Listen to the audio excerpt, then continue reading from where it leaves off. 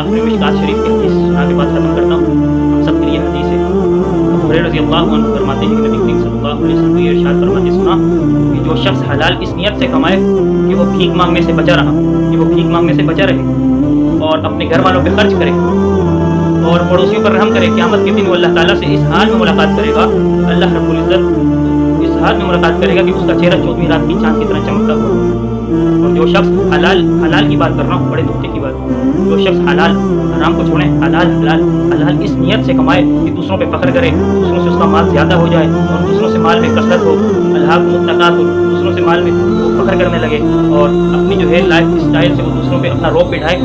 इस नियत से हलाल कमाए, तो हदीस में आता है कि अल्लाह ताला से क़यामत के दिन इस हाल में मुलाकात करेगा कि अल्लाह रब्बुल इज़्ज़त उससे उस पर गुस्सा होंगे।